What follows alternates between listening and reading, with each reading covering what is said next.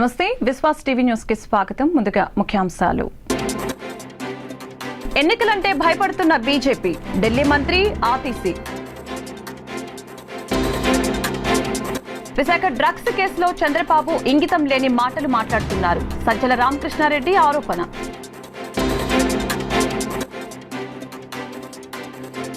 విశాఖ పోర్టులో డ్రగ్స్ కలకలం, 25,000 కేజీల డ్రగ్స్ స్వాధీనం. కేంద్రంలో అధికారంలో ఉన్న బీజేపీ ఎన్నికలంటే భయపడుతుందని ఢిల్లీ విద్యాశాఖ మంత్రి ఆతిశి తెలియజేశారు. ఢిల్లీ మద్యం పాలసీ కేసును సిపిఐ, ఈడీ గత 2 ఏళ్లుగా దర్యాప్తు చేస్తున్నప్పటికీ అక్రమాలు జరిగాయని అనటానికి ఒక్క ఆధారం కూడా సేకరించలేకపోయారని చెప్పారు. ఎన్నికలు సమీపించడంతో కేజ్రీవాల్ ను నేరుగా ఎదుర్కోలేక దర్యాప్తు సంస్థలతో అరెస్టు చేయించారని విమర్శించారు. మొదటిసారిగా అధికారంలో ఉన్న ఓ ముఖ్యమంత్రిని కేంద్ర ప్రభుత్వం అరెస్టు చేయించిందని అన్నారు. లోక్సభ ఎన్నికల ప్రకటన వెలువడిన తర్వాత ఓ పార్టీ జాతీయ కన్వీనర్ను అరెస్టు చేయడం దేశ చరిత్రలో ఇదే తొలిసారని చెప్పారు. ఇది బీజేపీ రాజకీయ కుట్ర అంటూ ఆగ్రహం వ్యక్తం చేశారు. भारतीय जनता पार्टी शासित केंद्र सरकार और उनके पॉलिटिकल हथियार एनफोर्समेंट डायरेक्टोरेट ने गिरफ्तार कर लिया है, लेकिन मैं भारतीय जनता पार्टी को यह बताना चाहती हूं कि अरविंद केजरीवाल सिर्फ एक मुख्यमंत्री नहीं है, अरविंद केजरीवाल सिर्फ एक नेता नहीं है, अरविंद केजरीवाल एक विचार है, अरविंद केजरीवाल एक प्रेरणा है। अरविंद केजरीवाल वो आदमी है जो अपनी IRS की नौकरी छोड़कर, इनकम टैक्स की नौकरी छोड़कर दिल्ली की सड़कों पर उतरा था इस देश के लोकतंत्र को बचाने के लिए, इस देश के संविधान को बचाने के लिए। और आज अगर आपने चुनाव से जस्ट पहले अरविंद केजरीवाल को गिरफ्तार किया है, उनको कैंपेन में जाने से रोकने के लिए गिरफ्तार किया है, तो मैं भारतीय जनता पार्टी को बता दूं कि आप एक अरविंद केजरीवाल को गिरफ्तार कर सकते हैं, लेकिन हजारों अरविंद केजरीवाल दिल्ली की सड़कों पे और देश की सड़कों पे उतरेंगे इस देश के लोकतंत्र को बचाने के लिए। आज भारतीय जनता पार्टी ने लोकतंत्र को खत्म करने का कोई प्रयास नहीं छोड़ा। हम देख रहे हैं कि किस तरह से एक के बाद एक सभी विपक्षी दलों पे और सभी विपक्षी नेताओं पे हमले हो रहे हैं। अगर वो भारतीय जनता पार्टी में चले जाते हैं तो उनके खिलाफ केस बंद हो जाते हैं, अगर वो भारतीय जनता पार्टी में जाने से मना कर देते हैं तो उन्हें उठा के जेल में फेंक दिया जाता है। दूसरी तरफ हमने देखा है कि किस तरह से कंपनियों को ईडी और सीबीआई के माध्यम से डरा के, धमका के, उन पे केस करके उनसे इलेक्टोरल बॉन्ड्स के माध्यम से हजारों करोड़ की उगाही करी है भारतीय जनता पार्टी ने।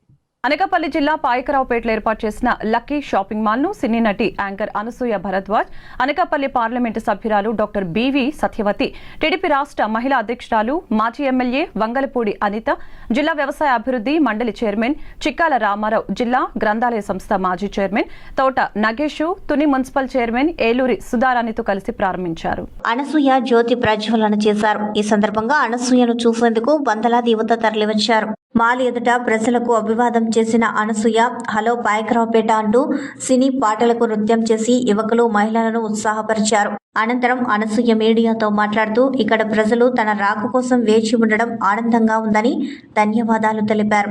అన్ని వర్గాల ప్రజలకు అందుబాటు ధరలకే నాణ్యమైన వస్త్రాలను అందించే విధంగా లక్కీ షాపింగ్ మాల్ను రూపొందించిన యజమానులు శ్రీనివాస్, రత్తయ్య స్వామిలను అభినందనీయులని అన్నారు. టీవీ షోల్లో కనిపించడం లేదని మీడియా అడిగిన ప్రశ్నకు అనసూయ సమాధానమిస్తూ అవకాశం, సమయం వచ్చినప్పుడు మరలా టీవీలో యాంకర్ గా పనిచేస్తానని సమాధానమిచ్చారు. అందరికీ అందుబాటు ధరల్లో నాణ్యమైన వస్త్రాలకు లక్కీ షాపింగ్ మాల్ ప్రసిద్ధి అని అన్నారు. దశాబ్ద కాలంగా విశాఖపట్నం కేంద్రంగా వస్త్ర వ్యాపారం కొనసాగిస్తూ రాష్ట్రంలోని విశాఖపట్నం, గాజువాక, అనకాపల్లి, విజయవాడ, పెద్దాపురం, పలాస తదితర నగరాల్లో విజయకేతం ఎగరవేసి 10వ ప్రపంచ స్థాయి షాపింగ్ మాల్ను పాయకరావుపేటలో ప్రారంభించామని అన్నారు. అన్ని రకాల వస్త్రాలు లభ్యమవుతాయని ప్రజలు సద్వినియోగం చేసుకోవాలని కోరారు. ఈ ఏడాది రాష్ట్రంలో మరో 4 మాల్స్ ప్రారంభించామని చెప్పారు. తమ అభివృద్ధికి తోడ్పాటు అందిస్తున్న ప్రతి ఒక్కరికి కృతజ్ఞతలు తెలియజేశారు. ఈ కార్యక్రమంలో వివిధ పార్టీల నాయకులు, కట్టమూరి నూకరాజు తదితరులతో పాటు మహిళలు, యువత అధిక సంఖ్యలో పాల్గొన్నారు. నిజంగా జరిగిన చరిత్ర కాబట్టి మనం ఏదో ఇక్కడ ఉన్న ఆంధ్రాలో అనుకోకుండా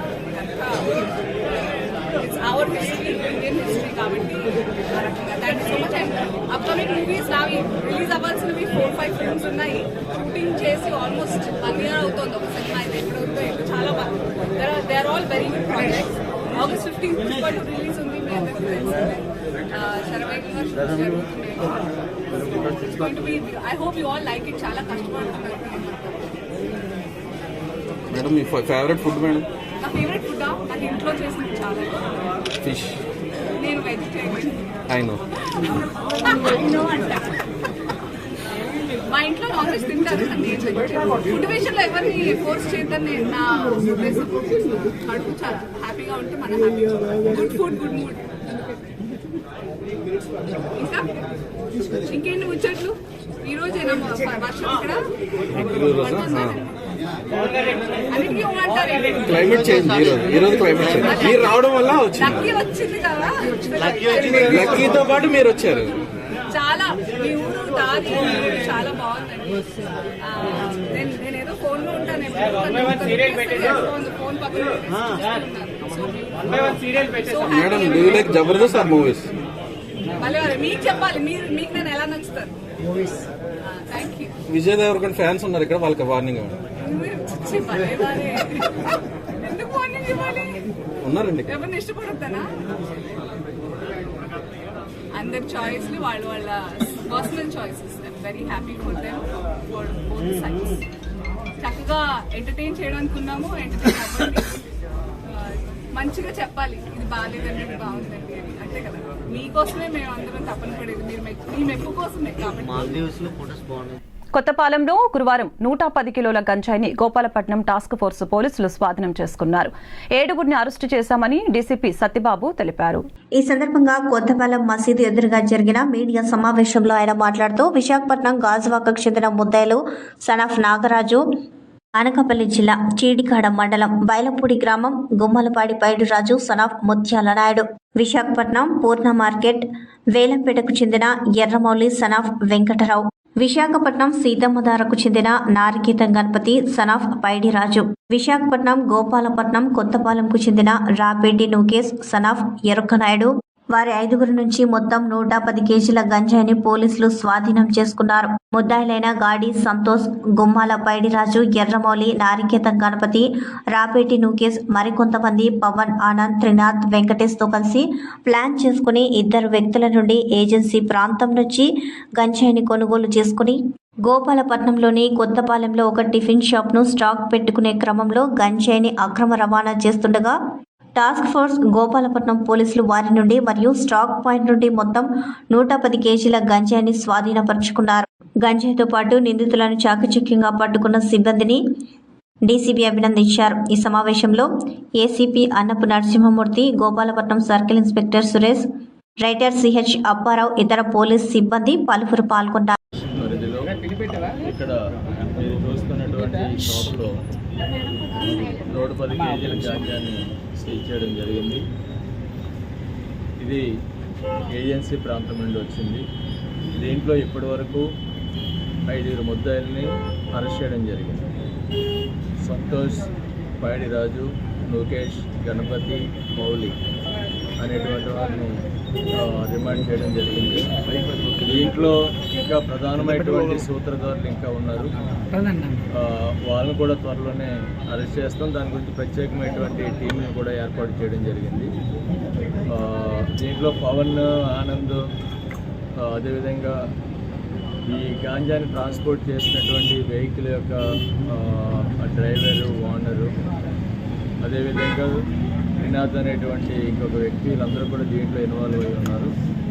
వాళ్ళందరినీ కూడా రిమాండ్ చేయడానికి ప్రత్యేకమైనటువంటి టీమ్స్ని కూడా ఏర్పాటు చేయడం జరిగింది. అదేవిధంగా ఈ యొక్క క్రైమ్లో ఇన్వాల్వ్ అయినటువంటి ఒక 5 వెహికల్స్ని ఇప్పటి వరకు సీజ్ చేయడం జరిగింది. దాంట్లో ఒక కారు, ఒక ఆటో, అదేవిధంగా 3 మోటార్ సైకిల్ని కూడా సీజ్ చేయడం జరిగింది. అదేవిధంగా ఎక్కడైతే దీన్ని స్టోర్ చేస్తారో ఈ యొక్క షాపు, ఈ షాపును కూడా ఎన్డీపీఎస్ యాక్ట్ కింద సీజ్ చేయడం జరిగింది. అదేవిధంగా మిగతా ముద్దాయిలు ఎవరైతే ఉన్నారో వాళ్ళ యొక్క సంబంధించినటువంటి ఆ యొక్క ప్రెమిసెస్ కూడా సెర్చ్ చేయడం జరుగుతుంది. అక్కడ కూడా ఏమైనా గాంజా లాంటి దొరికినట్లయితే తప్పనిసరిగా అవి కూడా సీజ్ చేయడం జరుగుతుంది. అంటే ఎవరైతే ఈ యొక్క గాంజా ట్రాన్స్పోర్టేషన్కి కానీ దీని యొక్క సప్లైకి కానీ పాల్పడుతూ ఉన్నారో వారి మీద చాలా కఠినమైనటువంటి చర్యలు తీసుకుంటామని చెప్పడానికి షాప్స్ని కూడా సీజ్ చేయడం జరిగింది, వాహనాలన్నింటినీ కూడా సీజ్ చేయడం జరిగింది. అదేవిధంగా ఇంకా ఈ ప్రాంతంలో కొరియర్ సర్వీసెస్ ఏవైతే ఉన్నాయో కొరియర్ సర్వీసెస్, పార్సిల్ సర్వీసెస్ వీటి ద్వారా కూడా గంజాయి స్మగ్లింగ్ జరుగుతుందనేటువంటి సమాచారం ఉంది. తప్పనిసరిగా త్వరలో ఈ కొరియర్ అండ్ పార్సిల్ సర్వీసెస్ మీద కూడా రైడ్స్ చేయడం జరుగుతుంది. ఎక్కడైనా కానీ గాంజా పట్టుబడితే వారి మీద చట్టపరంగా చాలా కఠినమైనటువంటి చర్యలు తీసుకోవడం జరుగుతుంది. అదేవిధంగా కాకినాడలోని వైఎస్ఆర్ కాంగ్రెస్ పార్టీ జిల్లా కార్యాలయం నందు ముఖ్యమంత్రి వైఎస్ జగన్మోహన్ రెడ్డి సంక్షేమ పథకాలు మరియు కాకినాడ రూరల్ శాసనసభ్యులు కురసాల కన్నబాబు చేస్తున్న అభివృద్ధి పనులను చూసి ఆకర్షితులై వస్తారని ఎంపీపీ శ్రీలక్ష్మి సత్యబాబు తెలిపారు. కాకినాడ రూరల్ శాసనసభ్యులు వైఎస్ఆర్ కాంగ్రెస్ పార్టీ కాకినాడ జిల్లా అధ్యక్షులు మాజీ మంత్రివర్యులు కురసాల కన్నబాబు సమక్షంలో కరప మండలం వలసపాకల గ్రామ సర్పంచ్ వాసంశెట్టి రామారావు మరియు కరప మండలం వైఎస్ఆర్సీపీ నాయకుల ఆధ్వర్యంలో వలసపాకల గ్రామ జెడ్పీటీసీ యాళ్ల సుబ్బారావు, కరప మండల వైఎస్ఆర్సీపీ అధ్యక్షులు చింత ఈశ్వరరావు, సర్పంచ్ల సమక్ష అధ్యక్షులు రొక్కల గణేష్ల సమక్షంలో తెలుగుదేశం జనసేన పార్టీల నాయకులు కార్యకర్తలు వాసంశెట్టి చిన్న వెంకటరమణ, మేడిశెట్టి నాగన్న, వనం గణేష్, కేతా శ్రీను, అనుసూరి శ్రీరాములు, వాసంశెట్టి రాంబాబు, మేడిశెట్టి సూరిబాబు, కేతా శ్రీనివాసరావు, వాసంశెట్టి ఆంజనేయులు, కట్ట భానుశంకర్, సూరంపూడి వెంకటేశ్వరరావు, సిహెచ్ వెంకటరమణ తదితరులు సుమారు 50 మంది వైఎస్ఆర్సీపీ కాంగ్రెస్ పార్టీలో చేరారు. ఈ కార్యక్రమంలో భాస్కర్ రావు, శ్రీను, అభిమానులు తదితరులు పాల్గొన్నారు. రోజు కరప మండలం వలసపాక గ్రామంలో సర్పంచ్ వాసంశెట్టి రామారావు గారి ఆధ్వర్యంలో సుమారుగా 50 కుటుంబాల పైనే ఈరోజు ఈ ప్రభుత్వం చేస్తున్న అభివృద్ధి కార్యక్రమాలు అయితే, సంక్షేమ పథకాలను అయితే, అలాగే ఈ నియోజకవర్గంలో శాసనసభ్యులు శ్రీ కురసాల కన్నబాబు గారు చేస్తున్న అభివృద్ధి పనులు, అలాగే మా కరప మండలంలో సిట్టుపల్లి 1,30,00,000తో సుమారుగా ఒక కళ్యాణ మండపాన్ని నిర్మించడంతో పాటు కరపలోనే మరొక అంబేద్కర్ భవనాన్ని కూడా నిర్మిస్తాం. అలాగే ఈ డ్రైన్లు ఇవన్నీ వేయడం చూసి ప్రతి ఒక్క సంక్షేమాన్ని కూడా ఆయన సొంతంగా దగ్గరుండి చూస్తుంటే దాన్ని మెచ్చి ఈరోజు వీళ్ళందరూ కూడా ఈ పార్టీలో చేరి జగన్మోహన్ రెడ్డి గారి విజయాన్ని, అలాగే ఈ కాకినాడ రూరల్లో కన్నబాబు గారి విజయాన్ని చేకూర్చే విధంగా మేమందరం కృషి చేస్తామని తమ వంతుగా స్వచ్ఛందంగా వాళ్ళే ముందుకు వచ్చి సర్పంచ్ గారిని కోరడంతో ఈరోజు మా మండల పార్టీ అధ్యక్షులు చింతేశ్వరరావు గారు, మా కరప జెడ్పీటీసీ సభ్యులు యాళ్ల సుబ్బారావు గారు, మా సర్పంచుల సమాఖ్య అధ్యక్షుడు రొక్కల గణేష్ గారు, వీళ్ళందరి సమక్షంలో ఈ రోజు వీళ్ళందరూ కూడా జాయిన్ అవడం జరిగింది. వీళ్ళందరికీ ఈ సందర్భంగా శుభాభినందనలు తెలియజేస్తున్నాం. విశాఖ డ్రగ్స్ విషయంలో వైఎస్ఆర్సీపీ ప్రభుత్వంపై తప్పుడు ఆరోపణలు సోషల్ మీడియాలో తప్పుడు ప్రచారం చేస్తున్నారని ఆ పార్టీ రాష్ట్ర కార్యదర్శి ప్రభుత్వ సలహాదారు సజ్జల రామకృష్ణారెడ్డి మండిపడ్డారు.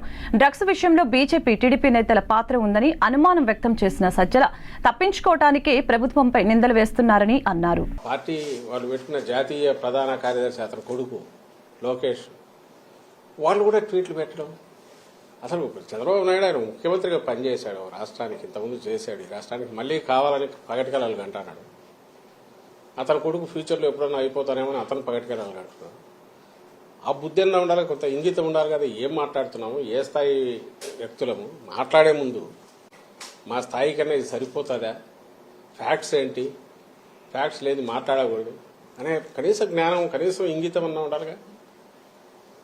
ఇప్పుడు దానికి రిప్లై మేము ఎక్స్ప్లెనేషన్ లాగా ఇచ్చుకోవాలి. ఇప్పుడు అలా జరిగిండేది ఒక అసలు నిజంగా అది దేశంలోకి వచ్చింటే భయంకరంగా ఉండేది. లక్కీగా ఇంటి రావడము, పట్టుకోవడం అనేది ఒక పెద్ద రిలీఫ్ స్టేట్కే కాదు దేశానికి కూడా. అంత భారీ ఎత్తున వచ్చిందంటే అది ఎక్కడికి టార్గెట్ పెట్టుకున్నారో, ఎవరు పెట్టుకున్నారో అని అనుకుంటే ఇప్పుడు వీళ్ళే అరిచే అరుపులు చూస్తుంటే వీళ్ళే ఉన్నారేమో అనిపిస్తుంది. అట్లాగా కంపెనీల్లో ఎవరున్నారని తెలిస్తే అంతా ఈ కుటుంబాల దగ్గరగా ఉండేవాళ్ళు, బంధువులు.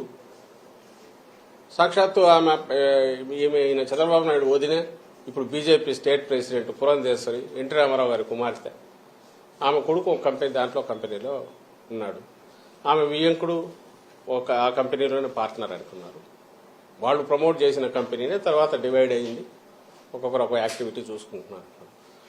బయటకు వచ్చి మేము అటాక్ చేసి వీడు సంజయ్ శివాల్ వాళ్ళు టీడీపీ వాళ్ళు అట్లాంటి వాళ్ళు ఉల్టా ముందే అందుకొని హడావుడిగా రాత్రి నుంచి పొద్దున్న నుంచి ఉదరగొడుతున్నారు.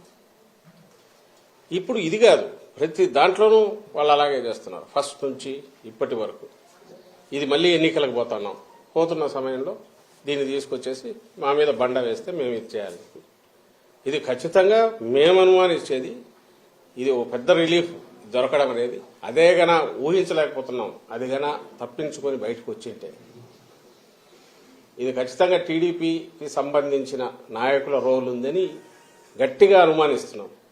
మామూలుగా అయితే రిలీఫ్ ఫీల్ అయ్యేవాళ్ళం. అయితే వాళ్ళ ఉలికిపాటు చూస్తుంటే, వాళ్ళు దాన్ని తెచ్చి మా మీద వేయాలని చూస్తుంటే, ప్రభుత్వం మీద వేయాలని చూస్తుంటే, వైఎస్ఆర్ కాంగ్రెస్ పార్టీ మీద నింద వేయాలని చూస్తుంటే ఇప్పుడు అనిపిస్తుంది వీళ్ళు తప్పించుకోవడానికే మా మీద నింద వేస్తున్నారని.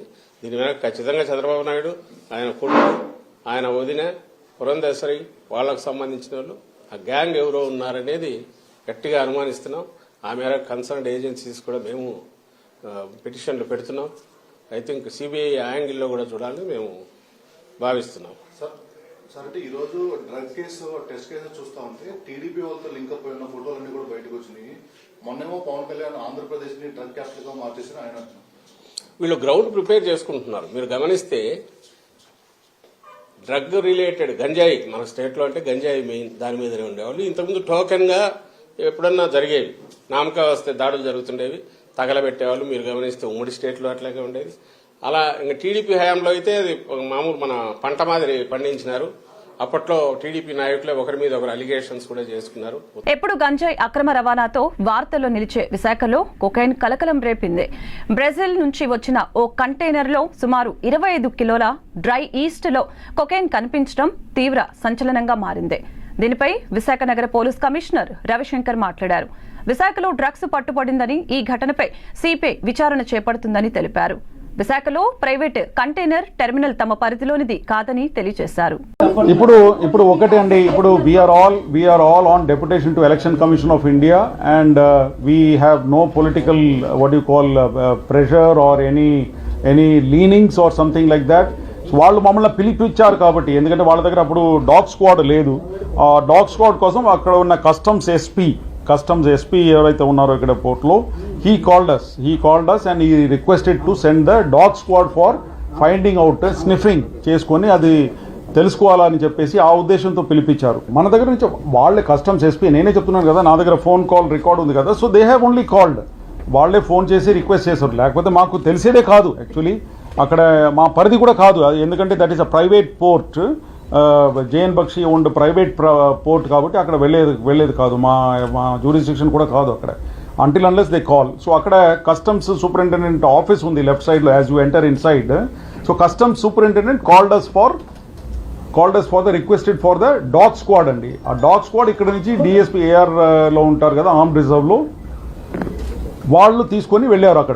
అక్కడ వెళ్ళిన తర్వాత వాళ్ళు దాన్ని ఉపయోగించి they try to sniff out whether అక్కడ డ్రగ్స్ ఉందా లేదా అని చెప్పేసి కంటైనర్ దగ్గరికి, అంతవరకే. కానీ దాని తర్వాత ఏమీ లేదు. సిబిఐ డిఎస్పీ గారు అన్నారు మాకు అవసరం లేదు ఇది దీని మీద వల్ల, ఎందుకంటే కన్ఫర్మేటరీ టెస్ట్ కావాలని చెప్పేసి ఇది మాకు ప్రయోజనం లేదని చెప్పేసి వాళ్ళ సిఎఫ్ఎస్ఎల్ ఉంది, వాళ్ళది సెంట్రల్ ఫోరెన్సిక్ సైన్స్ లెబారెటరీ, అక్కడ పంపించుకొని చేసుకుంటామని చెప్పిన తర్వాత మేము వెనక్కి వచ్చేసారు. అక్కడ వీడియోగ్రఫీ ఏదైతే చేస్తున్నప్పుడు అదే టైంకు మన డాగ్ స్క్వాడ్ ఏదైతే ఉందో, డాగ్ స్క్వాడ్ తర్వాత లోకల్ అక్కడ ఉన్న ఏమంటారు దట్ జేఎన్ బక్షి వాళ్ళ పోర్ట్ ఆఫీషియల్స్ అందరు కూడా అదే టైంకి అక్కడ వచ్చారు. వచ్చినప్పుడు వాళ్ళ వీడియో ఏదో ఇంటరప్ట్ అయిందట, దానికోసం వాళ్ళు రాసుకున్నారు. Because they have to explain the process of videography. దాంట్లో ఏదైనా ఏమంటారు అది బ్రేక్ ఏదైనా వచ్చిందంటే దాన్ని ఎక్స్ప్లెనేషన్ కోసం అట్లా రాసుకున్నారు. కానీ that is a technical this thing for the seizure procedure కండి. ఏదైతే వీడియో తీస్తున్నప్పుడు మధ్యలో బ్రేక్ ఏదైతే వచ్చిందో దానికి ఈ విధంగా రాసుకున్నారు, కానీ వేరే ఏం లేదు. ఇదే ఎక్స్ప్లెనేషన్ వాళ్ళు కూడా మాకు చెప్పారు. అది కాకుండా ఇక్కడ పొలిటికల్ గా కానీ ఏం లేదు. We are all on deputation to election commission of India. So we are answerable to election commission of India and అంతవరకే. కానీ ఇక్కడ పొలిటికల్ గా కానీ ఇక్కడ తర్వాత ఫ్యాక్ట్స్ వెరిఫై చేయకుండా ఫ్యాక్ట్స్ వెరిఫై చేయకుండా ఎవరు ఇట్లాంటి అది ఇదని ఏమీ మాట్లాడకూడదండి. ఎందుకంటే it is we are all under election code అండి. We are answerable to the Election commission of India. వార్తలు ముగించే ముందు ముఖ్యాంశాలు మరొకసారి. ఎన్నికలంటే భయపడుతున్న బీజేపీ, ఢిల్లీ మంత్రి ఆర్టీసీ. విశాఖ డ్రగ్స్ కేసులో చంద్రబాబు ఇంగితం లేని మాటలు మాట్లాడుతున్నారు. సజ్జల రామకృష్ణారెడ్డి ఆరోపణ.